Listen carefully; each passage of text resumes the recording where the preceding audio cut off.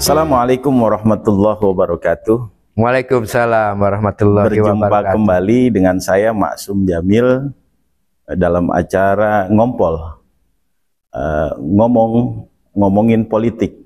Alhamdulillah saat ini saya sudah bersurat beberapa hari yang lalu dan ternyata karena kesibukannya baru dapat kesempatan hari ini. Saya akan memperkenalkan tamu istimewa pada acara podcast hari ini. Dan orang luar biasa, beliau juga humble dalam diskusi dan bisa diajak kongko ngalor ngidul kalau bahasa orang Tangerang mah. Saya akan memperkenalkan siapa dia. Dia adalah Pak Maisal Rashid. Alhamdulillah. Assalamualaikum Pak. Waalaikumsalam Bang Maksum. Sehat ya? Alhamdulillah Pak. Ya. Sehat juga. Sehat juga Bang Maksum, Hot TV dan juga Tangerang Utara News. Ya, makasih ya. Oke, Pak, saya akan bertanya sedikit nih, prolog, bahwa Bapak dikenal sebagai seorang birokrat. Ya. Dan juga terakhir sebelum pensiun, jabatan Bapak juga sekda. Iya, siap. Pengabdian itu prosesnya berapa lama, Pak? Terima kasih Bang Maksum. Perlu saya sampaikan kronologis saya atau riwayat pekerjaan saya sejak tahun 1983. 1983 saya di Pemda selaku atau statusnya adalah honor Pemda sampai dengan 1986. 1986 saya ditugaskan oleh pemerintah daerah Kabupaten Tangerang, statusnya adalah tugas pelajar, ke Bandung, ya, tepatnya adalah Akademi Pemerintahan Dalam Negeri di Jawa Barat, gitu kan. Itu yang pertama. Berikutnya setelah selesai saya sekolah di Bandung tahun 1989. Saya dikembalikan lagi oleh lembaga pendidikan dari APDN ke pemerintah Kabupaten Tangerang. Berikutnya pemerintah Kabupaten Tangerang melalui Pak Bupatinya Pak Tajuh Sobirin pada saat itu. Oh iya, Pak Tajuh Sobirin. Ya, saya ditugaskan selaku staf di Kecamatan Ciputat. Di Kecamatan Ciputat selama hampir 5 tahun juga di sana. Cukup lama ya? Iya, Bang Maksum. Di Ciputat kan masih masuk Kabupaten Tangerang sebelum ada pemisahan. Sebelum ada pemisahan, sebelum diterbitkannya undang-undang tentang pembentukan daerah otonomi baru, gitu kan. Nah, di Ciputat selaku staf, tapi pernah juga selama 2 tahun saya dipercaya oleh pemerintah Kabupaten Tangerang menjadi penjabat kepala desa di Sawah Baru. Selama 2 tahun. Pernah jadi kepala desa juga? Iya, Bang Maksum. Setelah dari situ saya berpindah mutasi ke Dinas Pendapatan Daerah. Setelah dari Dinas Pendapatan Daerah, saya mutasi lagi ke Kecamatan Paku Haji di Pantura. Jadi sekcam di sana. Dari Paku Haji balik lagi saya ke Ciputat selaku sekcam Ciputat. Oh, gitu ya. Ya, setelah dari sekcam Ciputat 1 tahun. Pada saat itu saya bersama dengan Pak Camat Ciputatnya adalah mantan Wakil Bupati Pak Hermansyah. Dari Ciputat sekcam menjadi camat di Balaraja. Sebentar memang di Kecamatan Balaraja. Kembali lagi ke Pemda sekitar 2 bulan, 3 bulan. Dipercaya lagi saya tugas di Camat Tiga Raksa. Dari Camat Tiga Raksa saya berpindah ke Camat Kosambi. Dari Camat Kosambi saya berpindah juga ke Camat Curug.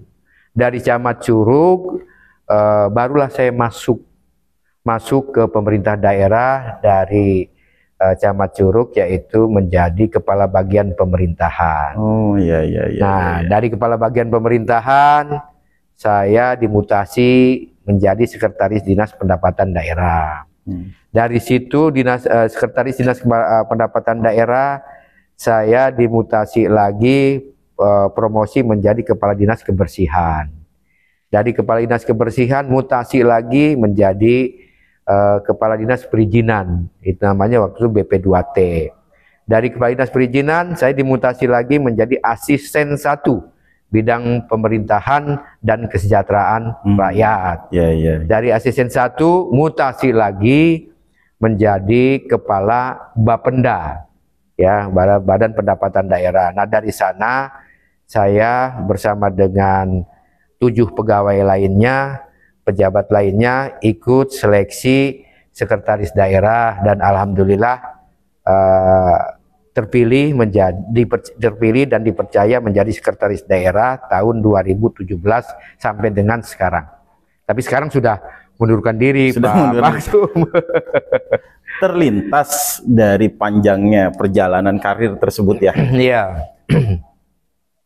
Memang sudah direncanakan mencalonkan untuk menjadi Bupati Kabupaten Tangerang. Begini, awalnya memang saya sudah rundingan dengan keluarga, dengan istri, dengan anak-anak, bahwa saya akan pensiun tahun 2025. Pas usia saya 60 tahun. Tepatnya adalah 1 Juni saya harus pensiun tahun 2025. Nah, itu sudah saya musyawarahkan dengan keluarga. Tetapi dalam perjalanannya sebelum sampai tahun 2025, tepatnya adalah bulan Maret, ternyata ada sebahagian kecil masyarakat se-Kabupaten Tangerang, 29 kecamatan itu, mereka pada pasang spanduk, Bang Maksum, pada pasang baleho, pada pasang banner, 29 kecamatan loh itu, dari masyarakat. Terus juga setelah mereka masang, datang ke kantor, datang ke rumah juga.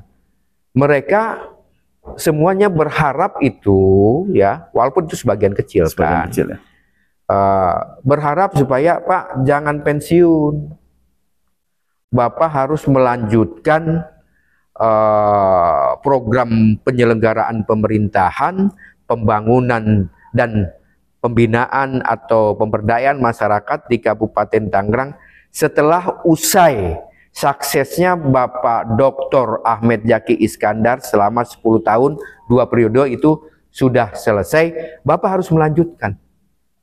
Saya tanya lagi tuh, tanya balik kepada masyarakat. Kenapa seharus saya yang melanjutkan? Padahal masih banyak potensi-potensi lain yang lebih besar, yang lebih mumpuni.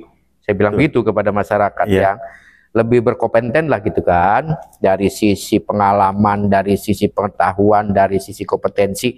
Mereka itu kan banyak yang melampaui dari sisi lain terhadap saya. Saya sampaikan kepada mereka begini, tapi mereka menjawabnya, tidak Pak. Apa alasannya? Saya bilang gitu. Kan Bapak selama ini tugas di Kabupaten Tangerang yang saya tahu, kata mereka nih, sudah 41 tahun. 41 tahun itu berarti Bapak sudah berpindah-pindah ke dinas, ke A, dinas B, dinas C. Tadi yang saya sampaikan tadi, camat A, camat B, camat C, mereka sampaikan tadi. Mestinya Bapak itu melanjutkan. Mereka tuh pada menyampaikan. Kenapa? Ya, menurut kami, kata masyarakat, bahwa sedikit banyaknya Bapak sudah tahu tentang keberadaan masyarakat wilayah karakteristik Kabupaten Tangerang. Dan juga Bapak mengikuti perkembangan jalannya roda pemerintah. Jadi alasan itu ya, alasan mereka utama, tuh. Alasan utama mereka. Gitu. Alasan utama mereka. Nah, terus juga kan Bapak sudah tahu juga tentang karakteristik masyarakat. Bapak sudah tahu juga keinginan masyarakat, walaupun pastinya kata masyarakat, kan tidak mungkin juga kan 5, 10, 15, 20 tahun Bapak bisa mengakomodir secara keseluruhan harapan wilayah, harapan masyarakat, karena mungkin keterbatasan kemampuan keuangan daerah, keterbatasan kompetensi dan sebagainya. Dan senantiasa update kan, masyarakat keinginannya kan update. Betul. Selalu berkembang.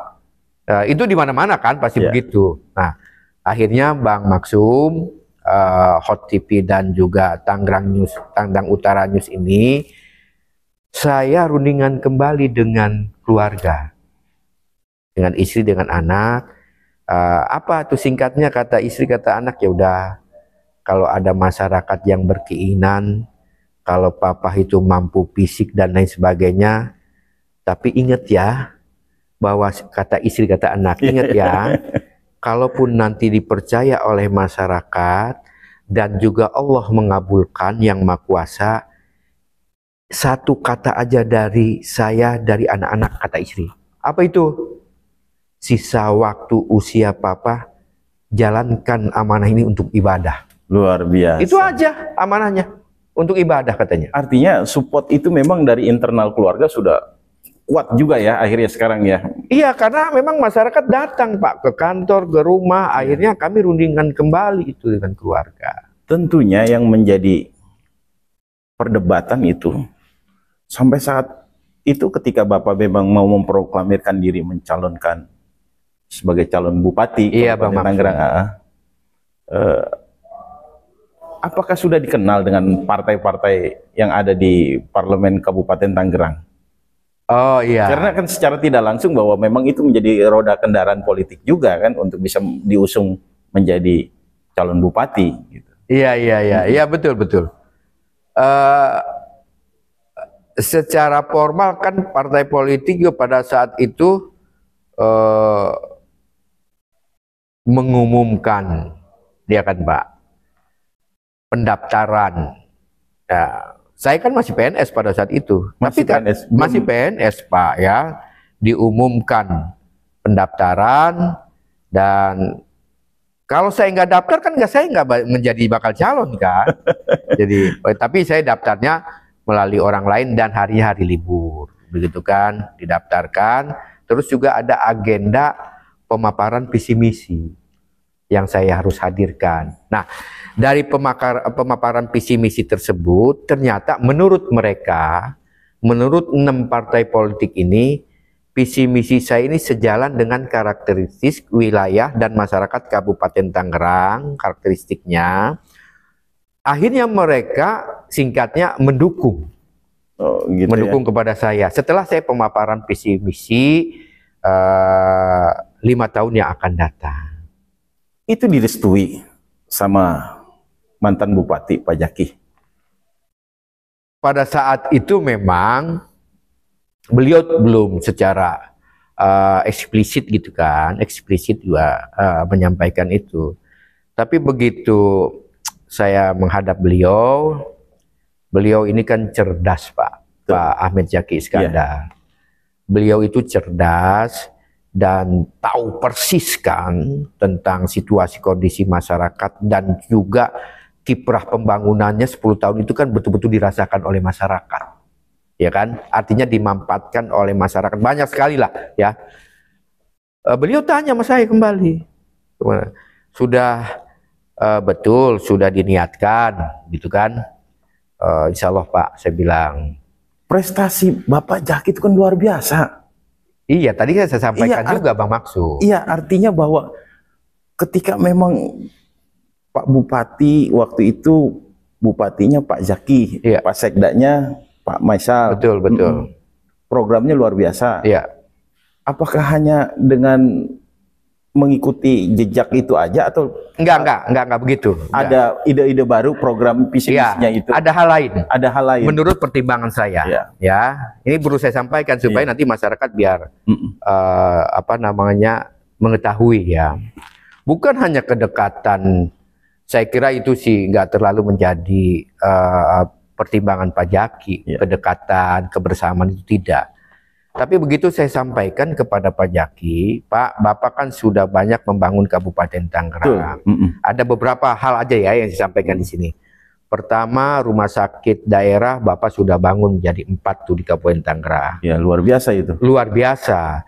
Yang kedua, Bapak itu konsen terhadap pendidikan di Kabupaten Tangerang. Yang ketiga, Bapak konsen terhadap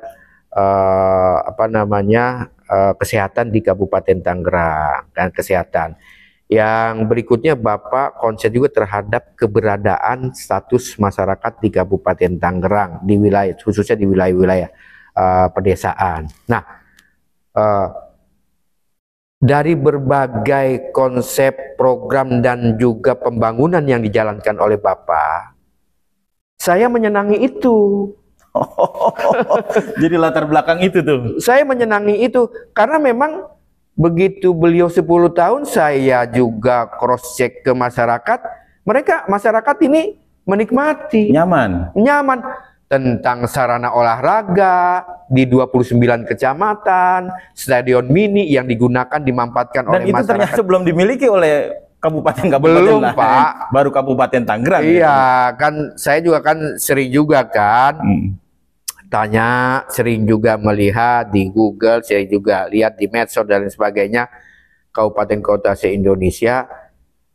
Begitu saya lihat ini Pak Jaki ini membangun 29 kecamatan melalui sarana olahraga yang dimanfaatkan oleh seluruh masyarakat, baik semua kalangan, sekolahkah, SD, SMP, SMA, pemudakah, orang tuakah pada saat dia berolahraga. Terus juga proses pembangunan bedah rumah dijalankan oleh Pak Jaki. Berikutnya juga dari sisi kesehatan, konsen beliau membangun fasilitas kesehatan untuk mengakomodir pertambahan penduduk di Kabupaten Tangerang sebagai fasilitas kesehatan.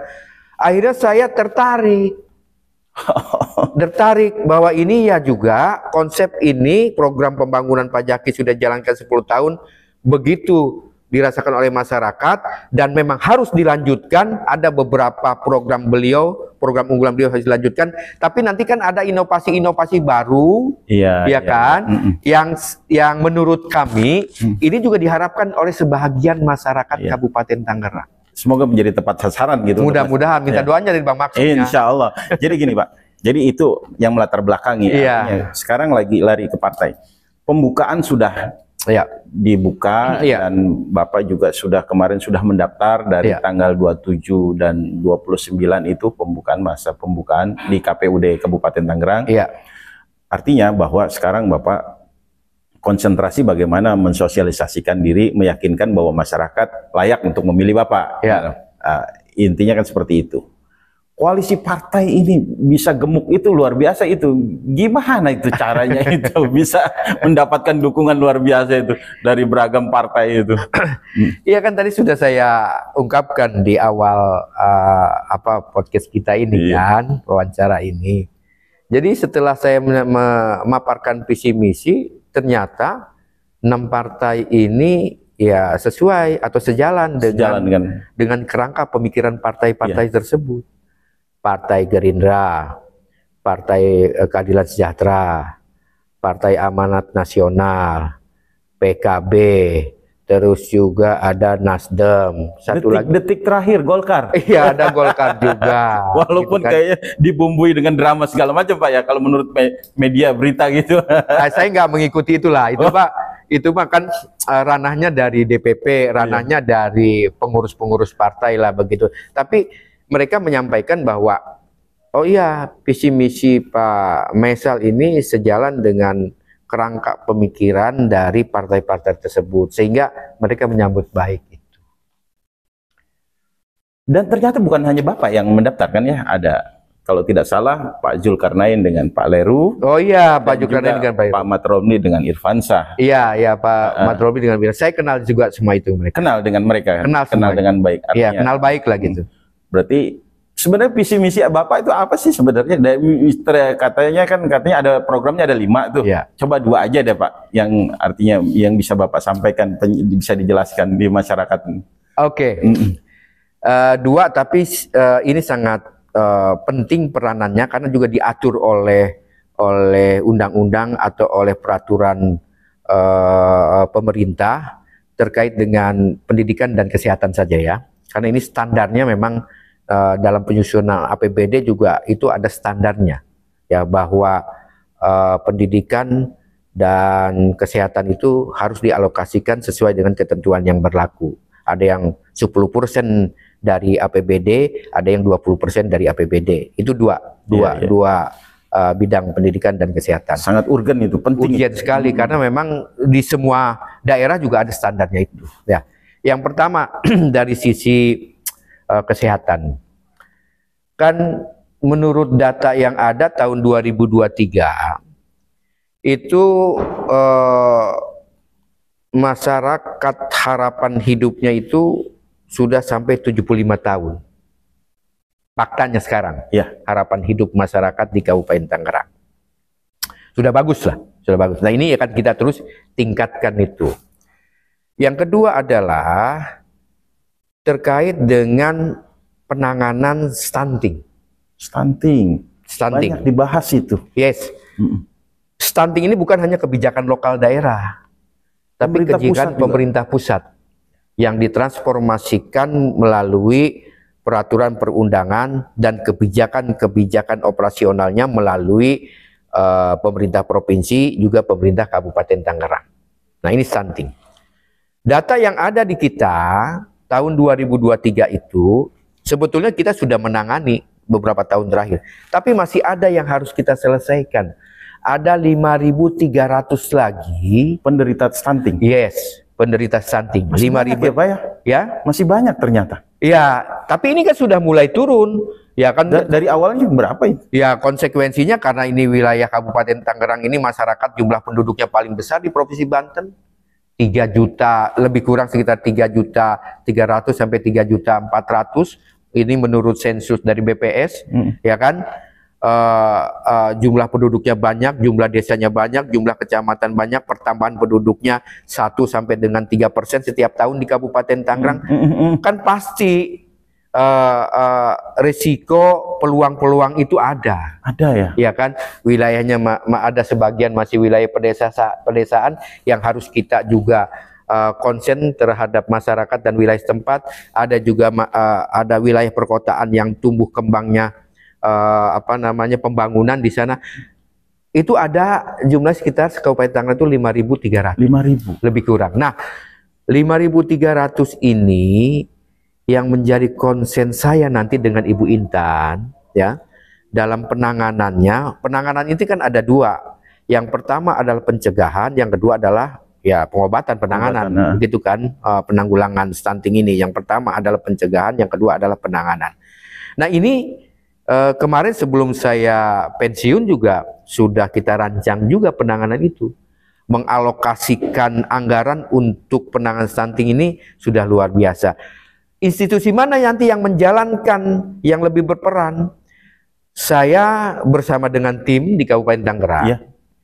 Ini akan memberdayakan kepada petugas-petugas kesehatan, kepada kader-kader kesehatan yang ada di Posyandu. Oh gitu ya? Iya. Agar tepat sasaran. Iya. Ini kan sebetulnya pada saat era atau zaman Orde Baru juga sudah dijalankan. Ya, ya. Nah ini akan kita tambahkan porsinya. Porsi kewenangan dalam penanganan. Supaya apa? Supaya masyarakat nanti dalam pemeriksaan balita, masyarakat dalam pemeriksaan lansia, masyarakat dalam pemeriksaan ibu-ibu hamil, supaya lebih dekat, lebih cepat, sehingga dia merasa dilayani oleh semua orang, termasuk oleh pemerintah daerah. Jadi nanti Posyandu itu yang akan kita tambah porsinya menangani bersama dengan puskesmas. Jadi yang langsung di lapangan, langsung di masyarakat. Ujung tombak di masyarakat. Ujung tombak di masyarakat, persis Pak, maksud ujung tombak di masyarakat. Kita berikan program di sana supaya Posyandu itu bersama dengan puskesmas melaksanakan agenda rutinnya pemeriksaan balita, pemeriksaan ibu-ibu hamil, pemeriksaan calon pengantin, ya kan? Iya. Berikutnya melaksanakan program makanan tambahan balita, gizi, gitu kan. Itu yang akan kita tekankan, bahwa di bawah ini harus betul-betul optimal dalam hal pemeriksaan kesehatan melalui fasilitas kesehatan yang ada di Posyandu dan puskesmas. Nah ini yang menjadi pertimbangan kami, karena pada saat zaman Orde Baru juga itu efektif Pak. Efektif, tepat sasaran. Tepat sasaran. Pada saat itu kan penimbangan bayi, pemberian suplemen, vitamin, kan di puskesmas. Bubur kacang hijau. Bubur kacang hijau, terus juga ada telur, begitu kan. Itu kan dilaksanakan di Posyandu. Itu akan kita tingkatkan nanti porsinya. Supaya apa? Mereka lebih cepat melayani, mereka lebih cepat tahu, mereka juga lebih bisa akurat datanya karena mereka melaksanakan bersama RT RW yang di wilayahnya. Saya kira itu dari sisi kesehatan. Dari sisi kesehatan. Pendidikan sekarang, ke pendidikan. Sebagaimana kita tahu bahwa jumlah masyarakat kita ini kan di usia kerjanya kan luar biasa, ya kan Pak? dari level PAUD, dari level SD, Ibtidaiyah, SMP, Sanawiyah, SMA, Aliyah, walaupun itu kan domainnya kalau SMA, Aliyah itu kan provinsi, tapi kan tetap masyarakat kita juga harus kolaborasi dengan provinsi kita kan dalam penanganan programnya. Nah, saya berkeinginan cita-cita saya nanti dengan Ibu Intan, jangan sampai ada masyarakat Kabupaten Tangerang yang tidak sekolah. Yang tidak sekolah. Ya. Tambah lagi jangan ada masyarakat Kabupaten Tangerang yang putus sekolah. Itu yang akan kita utamakan dalam proses pembangunan mencerdaskan bangsa di Kabupaten Tangerang. Tentunya ketika memang berbicara putus sekolah, tidak sekolah, harus ada penambahan kuota penerimaan murid barunya, Pak. Nah, inilah yang menjadi konsen kita. Ditambah penambahan fasilitas pendidikan, artinya ada sekolah-sekolah baru, ada unit-unit baru, gitu kan. Tapi juga harus ada peran serta pihak luar, pihak swasta. Sudah dilakukan itu?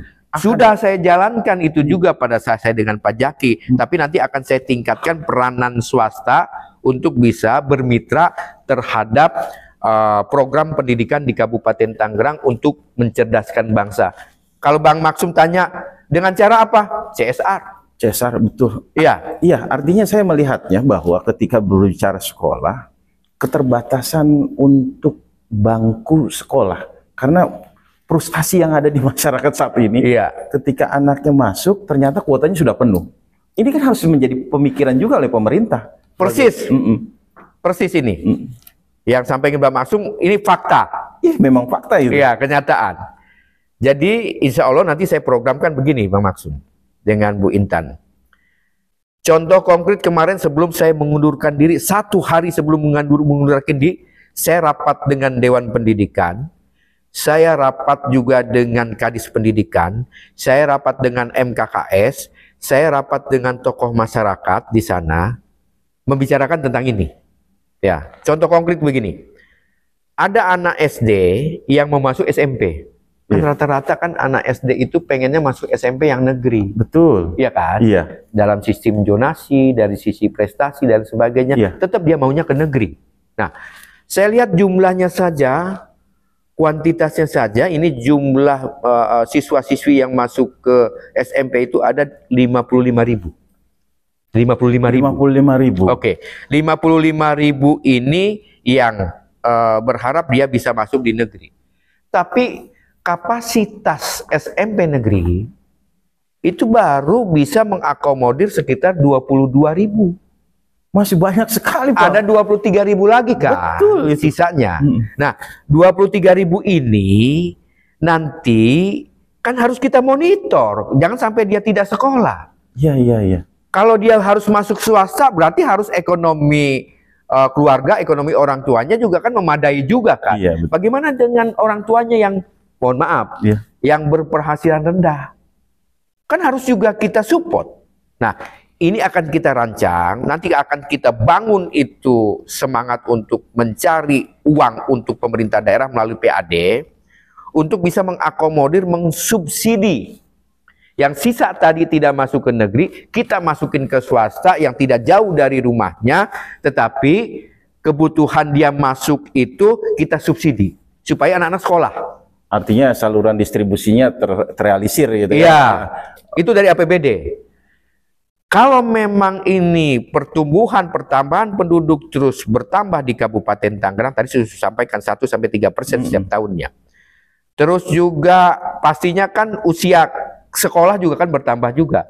Saya akan gandeng nanti pihak swasta untuk meningkatkan peran sertanya dari sisi CSR-nya kepada kita. Apakah itu pengembang, apakah itu pengusaha. Nanti akan saya bicarakan itu supaya kita klaster.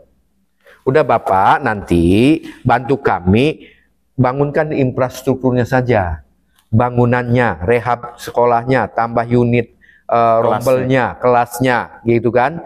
Dia tambah itu. Nanti untuk anak-anaknya Pemda nanti mensubsidi. Oh, iya, mengalokasikan. Luar biasa. Swasta nanti melalui CSR secara bertahap sesuai kebutuhan fasilitas pendidikan yang akan kita rancang, yang akan kita bangun, dia bangunkan infrastrukturnya.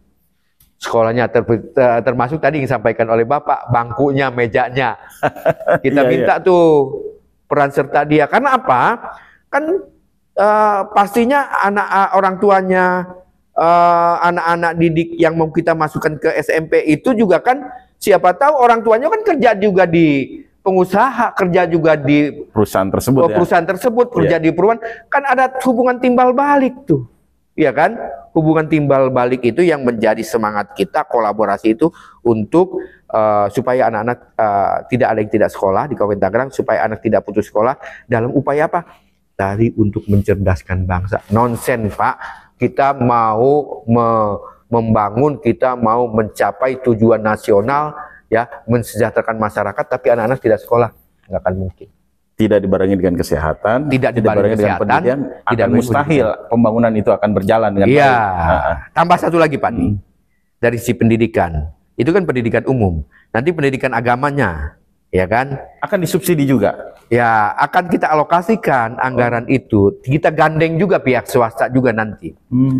Dengan cara apa? Beasiswa, ya kan? Anak yatim piatu, anak yang berpenghasilan rendah, akan kita support melalui beasiswa. Nah, terus sarananya pun kita lengkapi juga nanti. Pak Jaki luar biasa, sudah membangun sanitasi pondok pesantren. 650 loh, selama 5 tahun terakhir. 650 dia bangun. Jumlah pondok pesantren ada 900-an lebih kurang. Ya, nanti kita ada inovasi baru. Sanitasinya kita lanjutkan, plus kita tambahkan nanti adalah bangunan-bangunan pondoknya. Pondok pesantrennya, pondoknya, apa tempat tinggalnya, asramanya kita bangunkan, bisa semi permanen, bisa permanen gitu kan. Tentunya secara bertahap sesuai dengan kemampuan keuangan daerah, sesuai dengan kemampuan pihak swasta juga.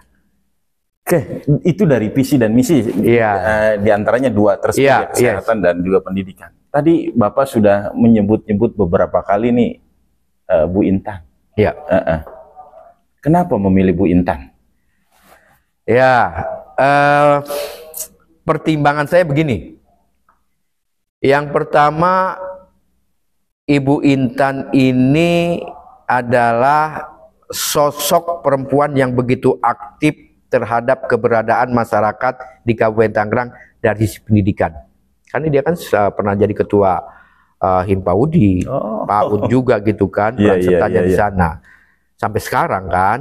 Terus juga di Bapopsi juga selaku ketuanya di olahraga wanita. Yang kedua pertimbangannya adalah beliau ini mantan anggota dewan di Kabupaten Tangerang. Pernah jadi unsur pimpinan juga. Ya.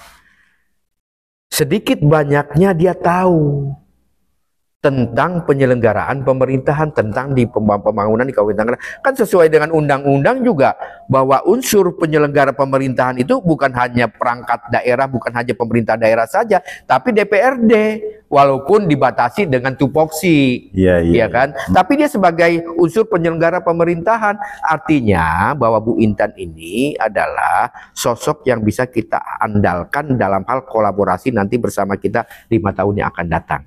Berarti nyambung ya? Nyambung. Dia sudah tahu juga, mengenal juga karakteristik masyarakat, wilayah di Kabupaten Tangerang. Yang terakhir nih, ya, kan ya biasanya yang banyak curhat, banyak permohonan yang real dan fakta itu diinginkan oleh masyarakat adalah kaum ibu. Mewakili gender.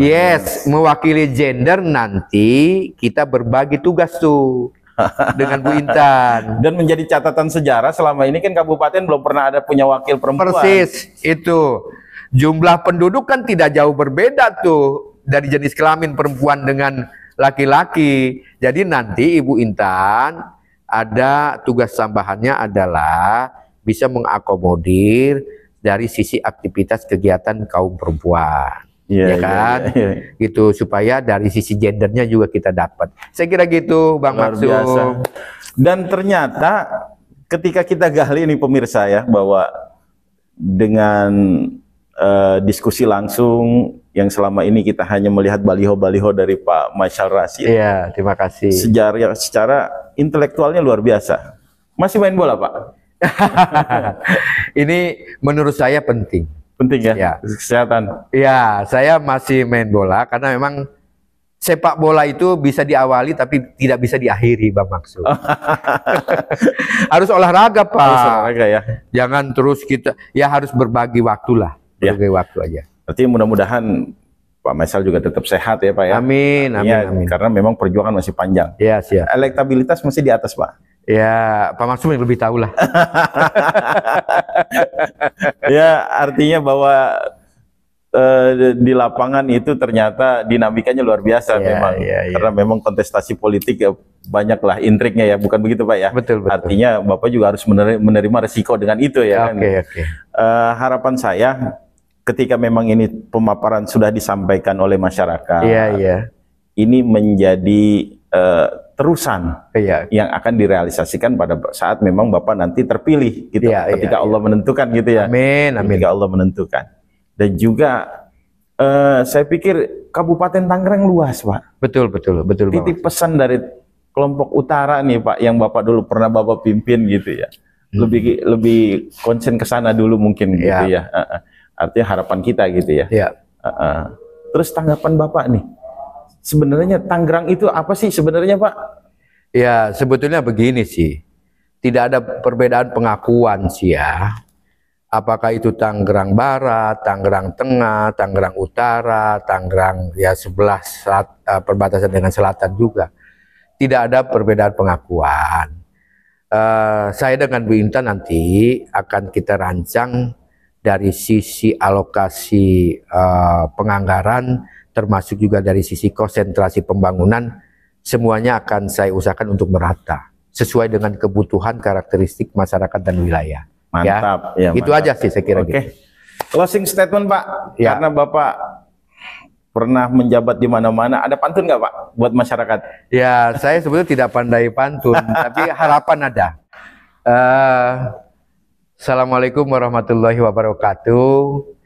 Kepada yang sangat saya banggakan, saya cintai pada masyarakat Kabupaten Tangerang di 29 kecamatan, sebanyak lebih kurang sekitar 3.400.000 masyarakat Tangerang.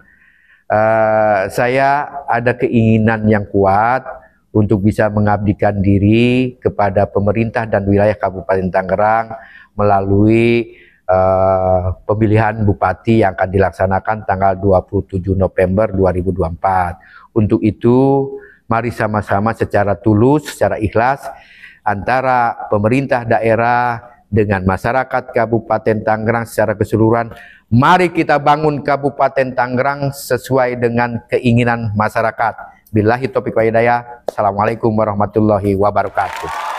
Baik pemirsa, untuk acara ngompol saat ini kayaknya cukup sudah kita selesaikan karena sudah kita gali dengan informasi-informasi yang luar biasa. Ide-ide, pemikiran, visi misi sudah disampaikan semua. Harapan kita sebagai masyarakat mungkin pemimpin yang akan kita pilih adalah orang yang mampu memberikan sesuatu yang terbaik di masyarakat, dan harapan kita itu. Mudah-mudahan acara ini bisa bermanfaat dan bisa diterima oleh masyarakat. Saya Masum Jamil mengucapkan banyak terima kasih. Assalamualaikum warahmatullahi wabarakatuh. Waalaikumsalam warahmatullahi wabarakatuh. Terima kasih. Ya.